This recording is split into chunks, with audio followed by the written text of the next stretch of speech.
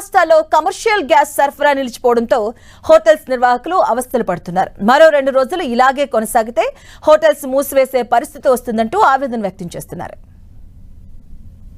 ఆగిపోయి ఈ రోజు కూడా ఏ డెలివరీస్ కానీ ఏవి ఇవ్వట్లేదు. Commercial cylinders only domestic residentials వరకు వెహికల్స్ తిరుగుతున్నాయి తప్పించి ఎక్కడ కూడా కమర్షియల్ సిలిండర్ అయితే కనపట్టలేదండి. ఇదే పరిస్థితి కానీ కొనసాగితే 2-3 రోజుల్లో 100% క్లోజింగ్ డేస్కి వెళ్ళిపోతుంది. దీన్ని ఇమీడియట్గా కేంద్ర ప్రభుత్వం స్పందించాలి, రాష్ట్ర ప్రభుత్వం స్పందించాలి. దీని మీద కఠిన నిర్ణయం తీసుకొని దీన్ని ఏదో ఒక విధంగా ఒక పద్ధతిగా, అంటే దళారుల చేతిలోకి వెళ్లకుండా డైరెక్ట్గా హోటల్స్కి చేరేటట్టు మంచి నిర్ణయం తీసుకోకపోతే మాత్రం హోటల్ ఇండస్ట్రీ మీద ఆధారపడిన కొన్ని వేల మంది కుటుంబాలు రోడ్డున ఎక్కే పరిస్థితి ఏర్పడుతుంది. శ్రీకాకుళం పట్టణంలో చుట్టుపక్కల విలేజ్లు చాలా ఎక్కువ ఉన్నాయండి. మంది హెడ్ క్వార్టర్స్, ఒక హాస్పిటల్, ఒరిస్సా నుంచి శ్రీకాకుళం వరకు శ్రీకాకుళంకి వస్తారండి హాస్పిటల్స్ పని మీద. అలాగే కోర్టు పనులు, పోలీస్ స్టేషన్ వ్యవహారాలు, వాళ్ళ పెళ్లి పనులు కావచ్చు, వేరే మార్గాలు వేరే పనులు కావచ్చు. ప్రతిదానికి శ్రీకాకుళం మూల బిందువు అండి. ఈ మూల బిందువుకి రోజు కొన్ని వేల మంది వస్తారు. హాస్పిటల్స్ చుట్టూ చాలా మెస్సులు ఉన్నాయండి. ఆ మెస్సులన్నీ కూడా ఈరోజు మూతపడే పరిస్థితి ఉన్నది. హాస్పిటల్కి వచ్చే విజిటర్స్ కావచ్చు, హాస్పిటల్లో ఉండే పేషెంట్స్ కావచ్చు, ఎక్కడ ఎవరికి కూడా ఆహారం దొరికే పరిస్థితి అయితే లేదండి. ఇంకొక 2-3 రోజుల్లో చాలా తీవ్రంగా ఉంటుందండి సమస్య అయితే.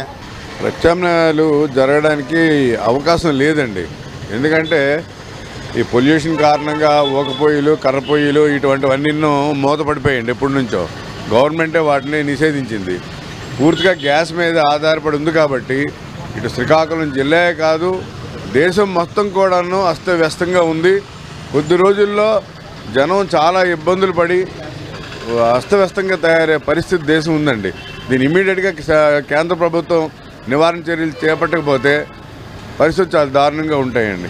మనకు చిన్న సిటీస్లో కొంత ప్రాబ్లం ఉంది, కానీ ఏది ఒక 20-30% కానీ 70% వరకు ప్రెజెంట్ సప్లై అవుతుంది. చిన్న సిటీస్, విజయనగరం లేకపోతే అనంతపురం కానీ, కర్నూలు కానీ, అట్లాగా పెద్ద సిటీస్లో మాత్రం చాలా ఇబ్బందికరమైన పరిస్థితులు ఫేస్ చేస్తున్నారు.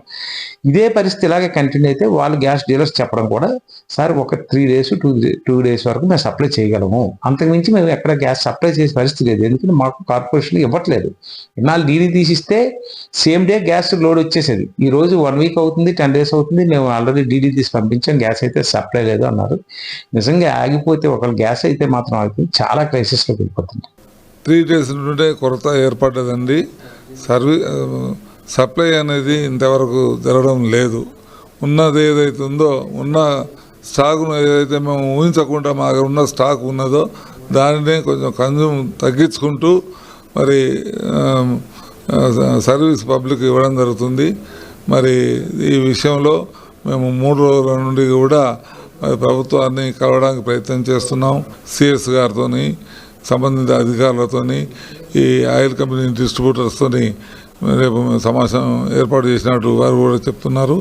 ఆ విధంగా ఏదో ఒక ప్రయోజనం కలగవచ్చునని చెప్పి మాకు అది ఆశలో ఉన్నామండి.